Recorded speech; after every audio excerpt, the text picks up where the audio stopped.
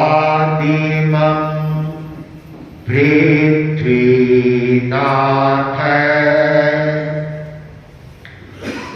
मादिमं निष्परिग्रहम् आदिमं तीर्थनाथश्च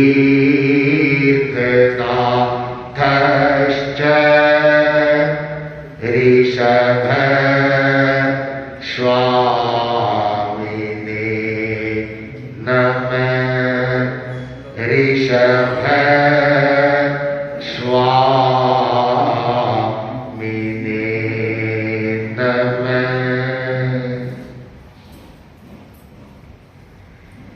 युगादि प्रभु ऋषभ के चरणों में भाव भरा वंदन परम पूज्य योग प्रधान आचार्य श्री महाश्रवण जी के श्री चरणों में भाव भरा वंदन समुपस्थित भक्तामल प्रवचन माला में सहभागी श्रावक श्राविकाएं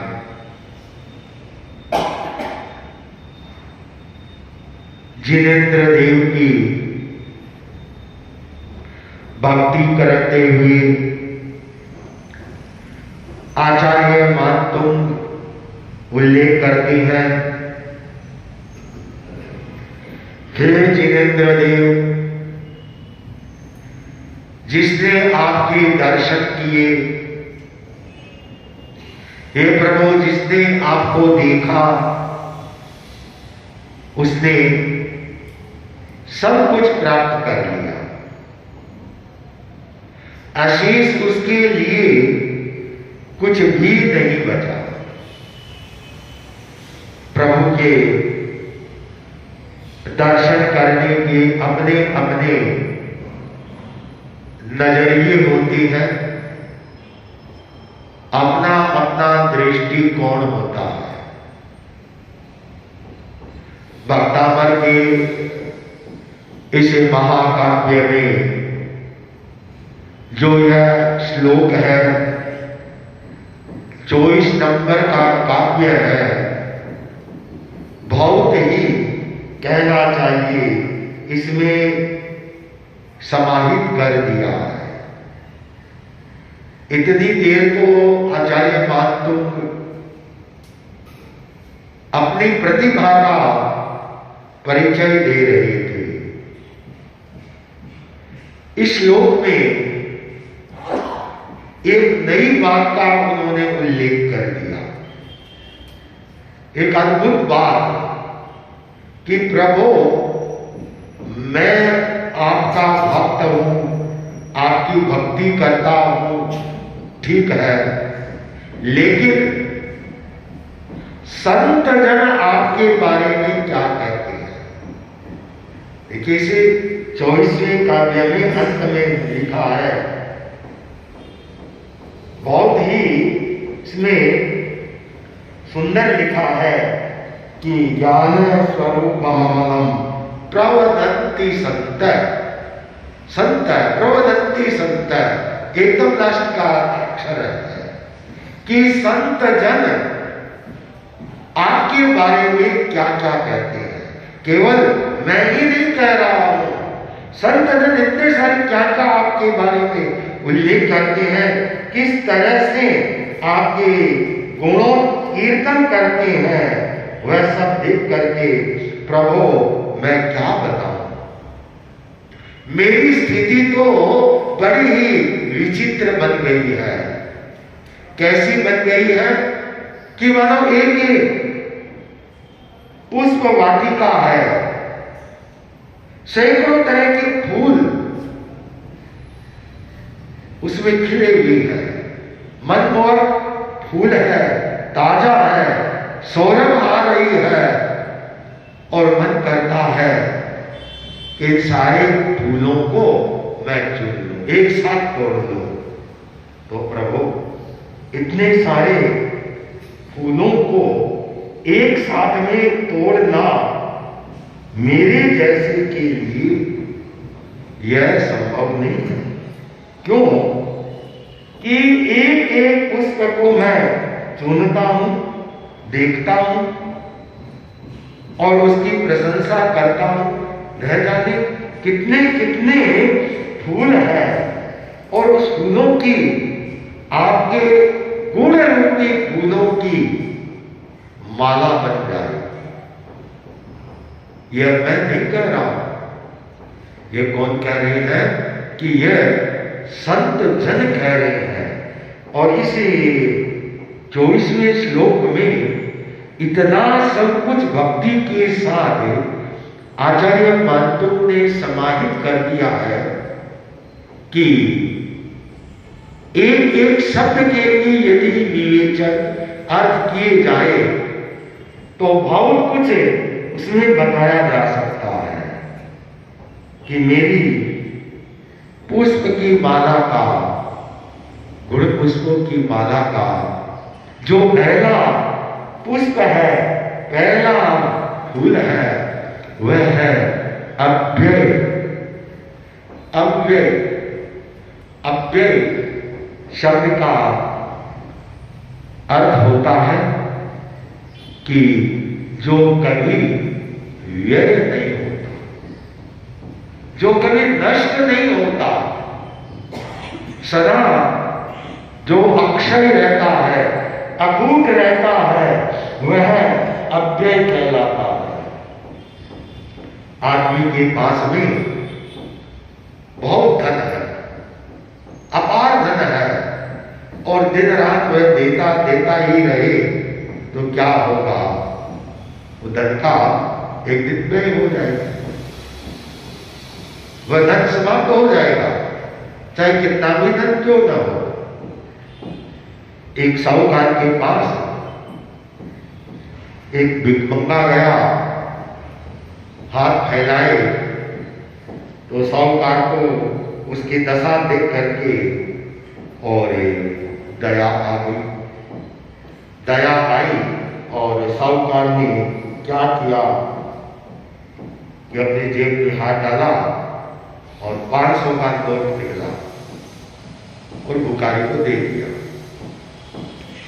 भिखारी ने ले लिया और लेने के बाद वो भिखारी बोला, सेठ जी किसी को ऐसे मत दिया करो, ऐसे मत दिया करो। सेठ को आश्चर्य हुआ कि ये क्या बात, क्योंकि क्या हुआ कि ऐसे धन को नहीं देना चाहिए।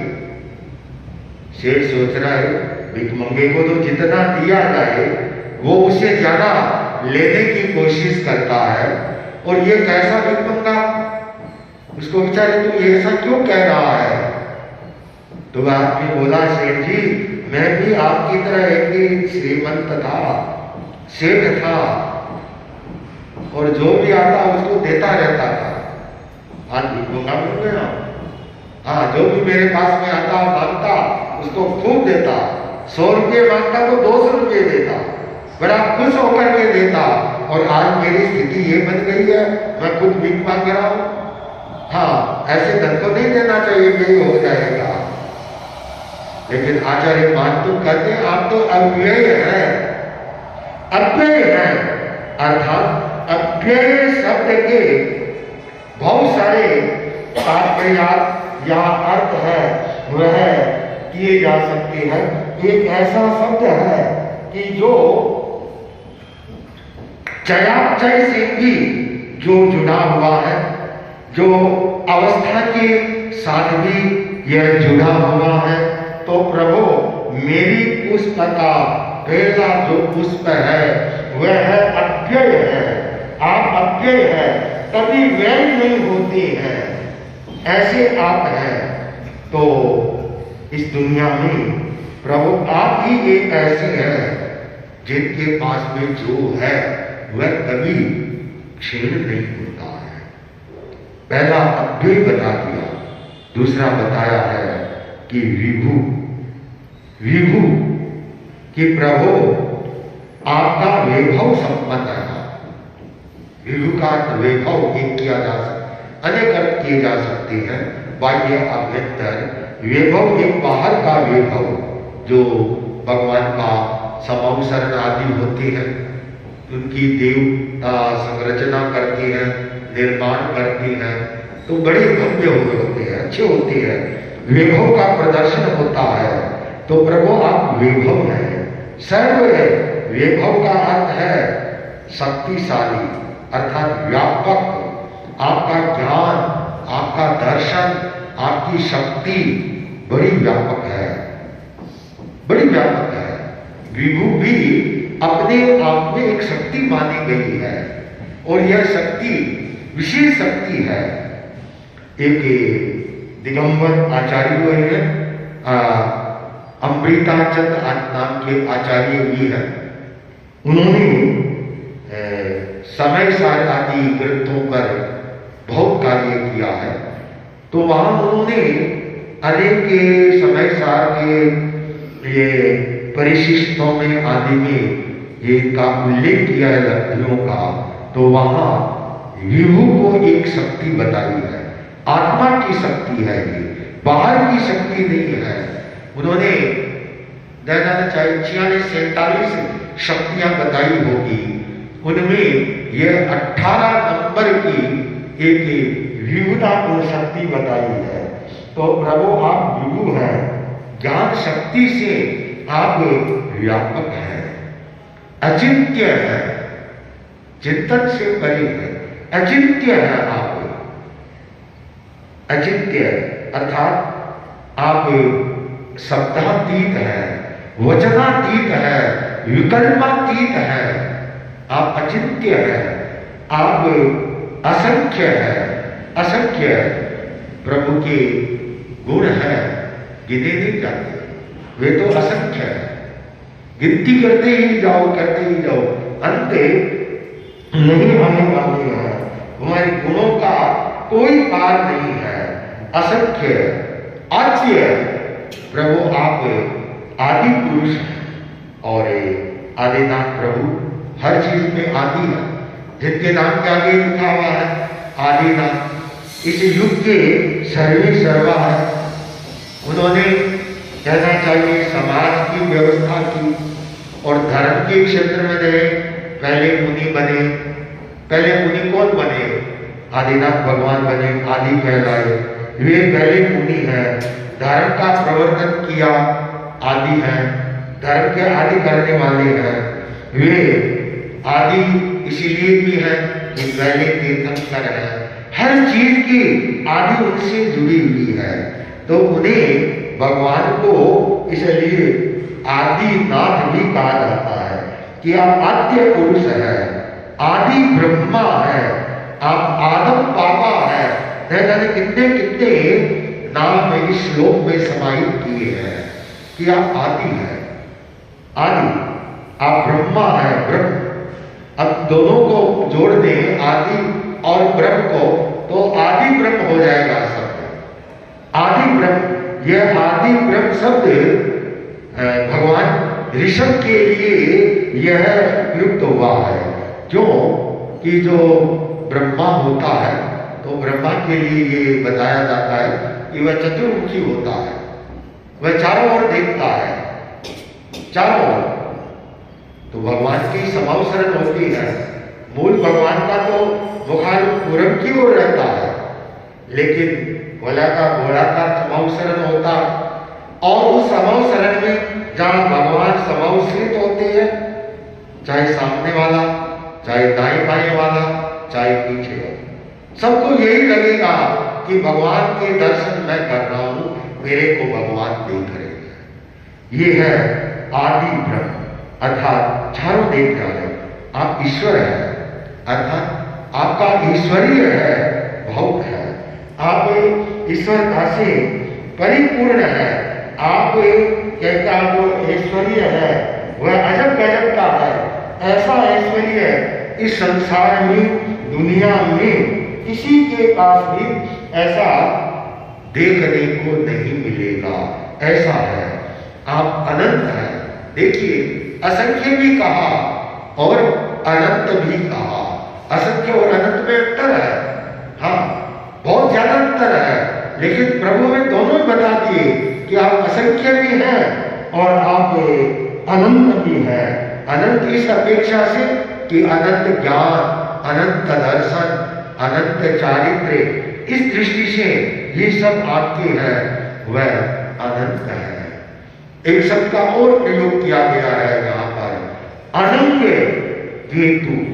अनंग केतु एक बड़ा ही यह महत्वपूर्ण शब्द दिया गया है कि अनंग केतु, आप अनंग केतु है। अनंग शब्द के भी कई अर्थ हो सकते हैं। अनंग नाम में कहना चाहिए, कामदेव का भी कहा गया है। अनंग नाम शरीर का भी कहा जा सकता है, जिसने काम को शांत कर दिया वह अनंग। अनंग केतु, केतु का यह आत्मा का पर्याय है कि आपने जब केतु का उदय होता है तो वह सामने वाले को क्या करता है, नष्ट कर देता है। तो आप अनंग केतु है, अर्थात आपने वासनाओं के लिए आप केतु के समान है। सारी काम वासनाओं को, इंद्रिय की वासनाओं को आपने जड़ा मूल से समाप्त कर दिया है। केतु शब्द का एक अर्थ यह भी होता है, ध्वजा भी होता है कि प्रभु आपने धर्म की ध्वजा को शिखरों चढ़ाया है, धर्म ध्वजा को फहराया है। तो बड़ा ही अच्छा शब्द दिया है अनंग केतु, यह आत्मा का भी पर्याय है। आगे बताया है योगीश्वर है, प्रभु आप योगी है, योगियों के में सर्वश्रेष्ठ है, योगियों के ईश्वर है। आज तो बहुत सारे योगी बाबा हैं, योग कराते हैं और न जाने कितने कितने योग के दर्शन चल रहे हैं, लेकिन असली योगीश्वर को आदम बाबा है। प्रभु ऋषभ है, जो ऋषभ प्रभु ने के लिए ये योगीश्वर का शब्द हुआ है, उनके सामने ये आज के योगी है, ये कहीं ठहर ही नहीं पाएंगे। उनकी जो योग साधना थी बड़ी गजब की थी, गजब की। कहते जब ऋषभ साधु बने, मुनि बने, साधना करने लगे तो पर्यंक आसन पद्मासन में बैठे, शरीर को स्थिर किया, आंखें बंद की, हलत चलत नहीं, प्रतिमा की भांति उनका शरीर स्थिर। कितने समय तक?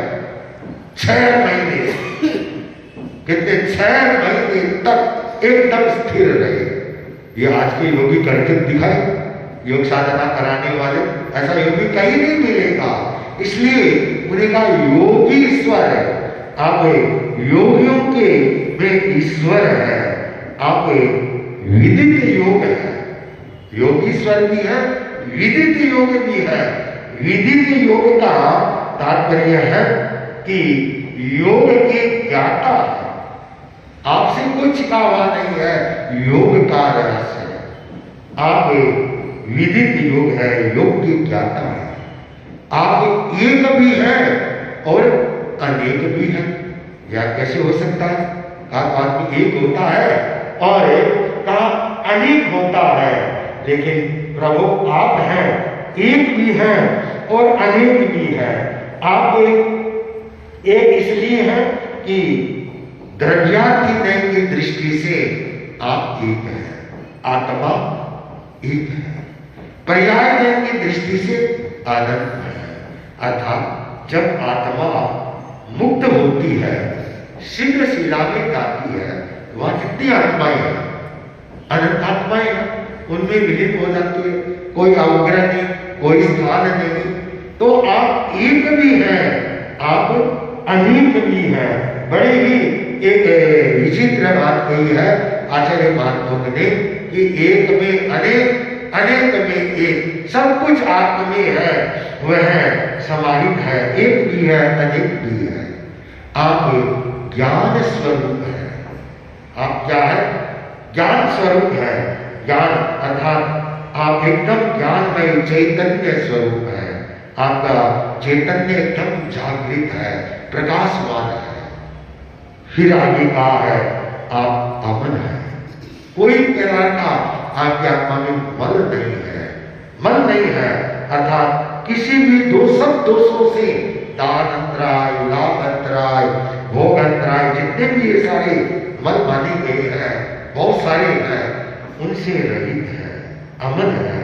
तो ये सारे के सारे गुण आचार्य मानपुर ने आज के इस श्लोक में, एक ही श्लोक में इतने सारे गुण एक साथ में भगवान के बतलाए, गरे गजब की है।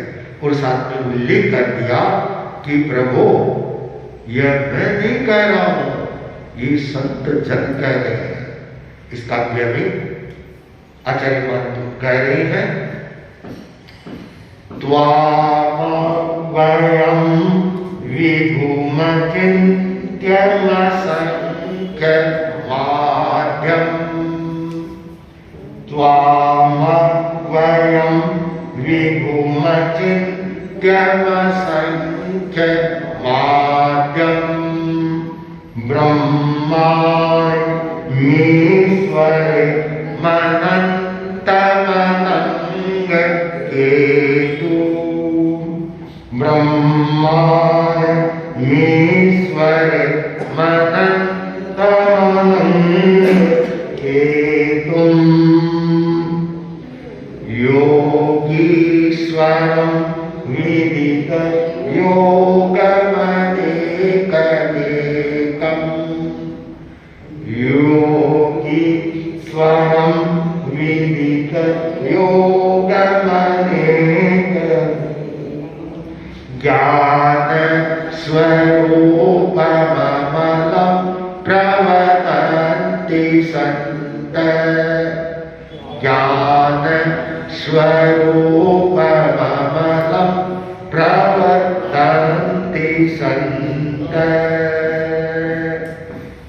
इसको एकदम सरलता से आप इस संधि विच्छेद करते जाएं, को इसको हटाते जाएं, और आपको बड़ा आनंद आएगा कि कितने गुण हैं। कि त्वाम त्वाम त्वाम अव्ययम, अब त्वम अव्ययम, ये कहते अव्यय, पहला गुण है ना अव्यय, त्वाम अव्ययम, त्वाम तुम, अव्ययम अव्यय, एक एक को ऐसे छोड़ते जाए। विभु विभु विभु, आप विभु हो, प्रभु हो। अचिंत्य, आप अचिंत्य हो, अचिंत्य मसंख्य, अर्थात यहां है कर असंख्य, आप असंख्य हो। आदयम, आदि पुरुष हो, आदि पुरुष हो। ब्रह्मानम, ब्रह्मा हो, या आद्यम ब्रह्म को जोड़ेंगे, आदि ब्रह्म, आदि ब्रह्म, ये शब्द यहां पर बन जाता है। ईश्वरम, आप ईश्वर है, ईश्वर है। अनंतम, आप अनंत है। असंख्य बता दिया, और गुण असंख्य, और अनंतम ज्ञान दर्शन चाहते। अनंत केतु, कामदेव के लिए आप केतु के समान हैं। योगीश्वरम, योगियों के स्वामी है, योगियों के ईश्वर है। विदित योगम, योग दर्शन के ज्ञाता है, योग की ज्ञाता है। अनेकम, आप अनेक हो। एकम, एक हो।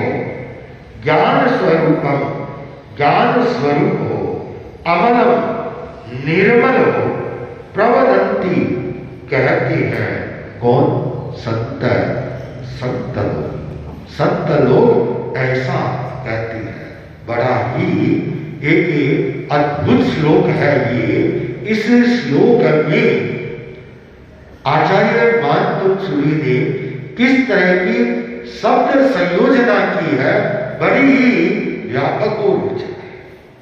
और इन एक एक शब्दों का विवेचन किया जाए तो कितना कितना लंबा चौड़ा विवेचन है वह हो सकता है। आप केवल इसकी संख्या को गुणे और साथ में अर्थ करते जाए। पहला है अव्यय। पहला, आप चयाचय से मुक्त हो, अर्थात स्थिर स्वभाव वाले हो, कभी व्यय नहीं होते हो। पहला अव्यय।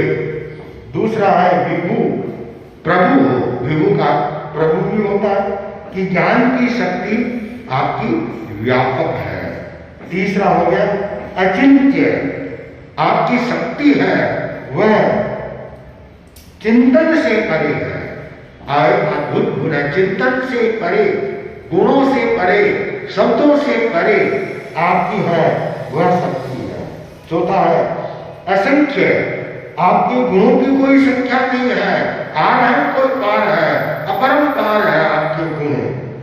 पांचवा आद्य, आप आदि पुरुष हो, आदि पुरुष हो।